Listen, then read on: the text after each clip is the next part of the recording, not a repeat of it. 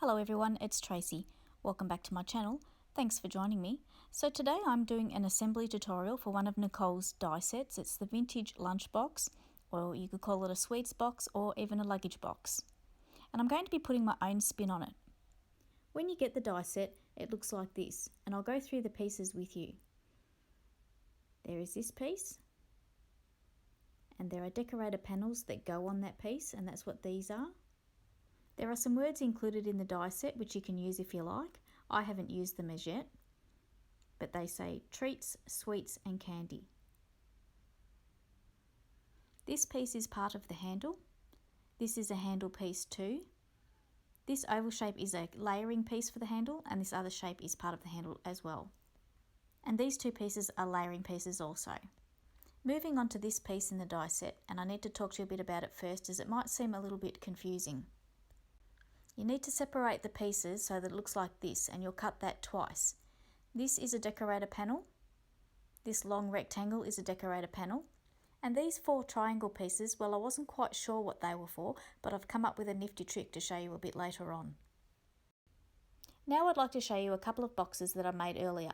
This one I made to look like a toolbox, and the tools on it were made from cutting files that I cut on my Silhouette Cameo. I also cut the letters for Dad on my Cameo. And to get the checker plate pattern on the silver cardstock, I used this checker plate embossing folder, which makes it look like a real authentic toolbox.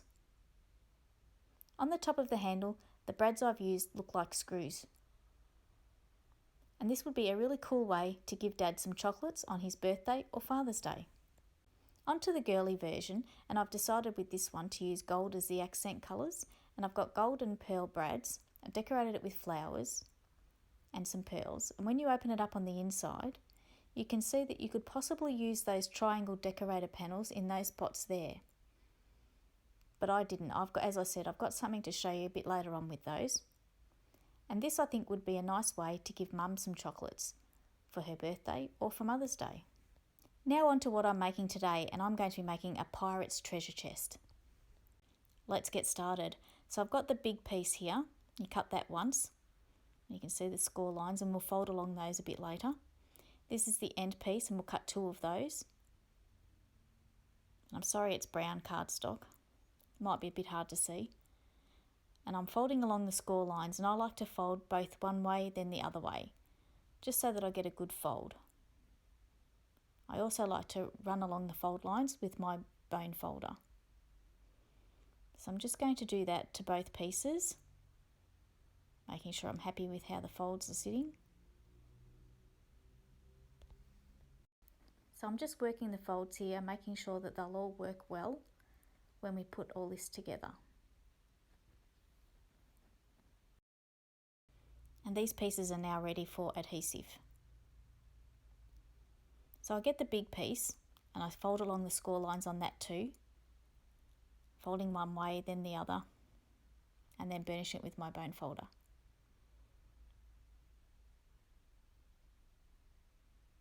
Once all the folding and burnishing is done, there's a part on this piece that needs to be trained to be curved.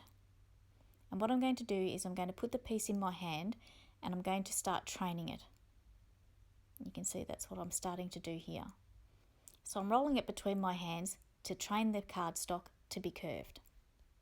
Now we get to that nifty little trick I was telling you about. If you've got one of those big rolls of double-sided tape, cut a piece off, fold it over onto itself and burnish it. And remember those four triangles? We're going to die cut them out of this. And they're going to be handy pieces of adhesive for when we stick these end pieces together. Okay, now it's time to get this all stuck together. We've got the two end pieces, and starting on the right side of the paper, so this is the outside of the box, we're going to run double-sided tape down that edge flap. Then we're going to turn the piece over so it's the inside of the box and it's the wrong side of the paper. And we're going to run double-sided tape in the space that's next to that edge flap. Then we're going to take the triangles that have adhesive on both sides. We're going to take the release tape off. And we're going to stick it down in the scored area just above the double-sided tape.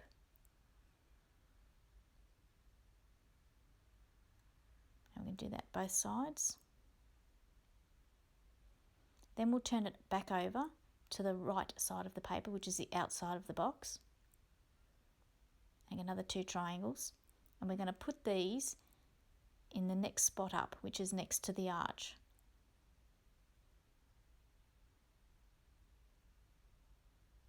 And we'll do this to both of the end pieces.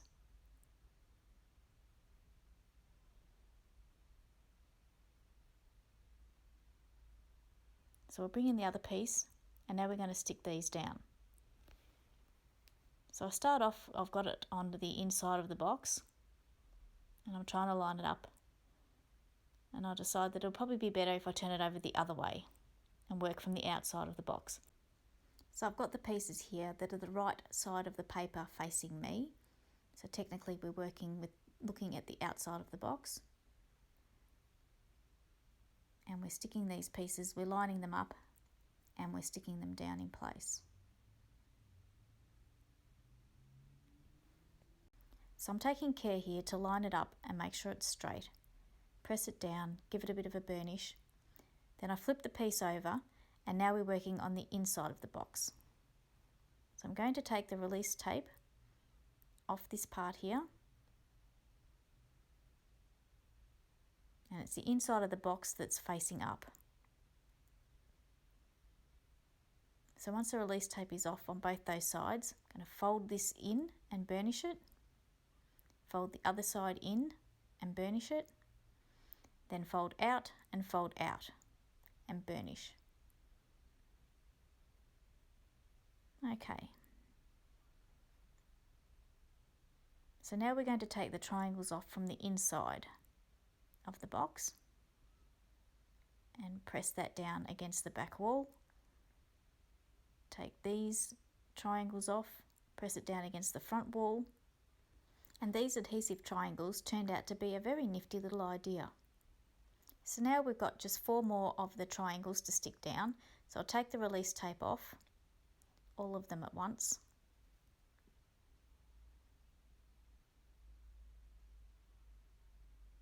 And these ones at the back get stuck to the back wall like this. So it folds in and sticks to the back wall. Takes a little bit of finagling, but it works. For the front wall, it folds in and sticks to the front wall. So back to the back, folding it in and pressing against the back wall. And sticking the front one down. And I get in there with my bone folder and give all of these a really good burnish so they stick really, really well. And I was pretty happy with my nifty little idea with the adhesive triangles. So here's our little treasure chest ready to decorate. These pieces here make up the handle for the box, and you can see how I use them on the toolbox, but we won't be using them for the treasure chest. I went ahead here and cut out my decorator panels from wood grain paper, and I've got a die here that I haven't used, and this is where it would go. It's another decorator panel piece if I'd used it, but I decided not to. Before sticking the decorator panels down, I went around the edges with some Ultra espresso ink so there wouldn't be any white edges. Then I went ahead and stuck all the panels down onto the chest, and it's looking very much like a treasure chest now. I have some gold cardstock here, and I cut it down into 1/4 inch strips and used that also to decorate the treasure chest. And I'm loving how it's looking. For the top of the treasure chest, I cut a skull and crossbones with my Silhouette cameo, and also 2 swords, one for each end. And I'm loving how this is looking.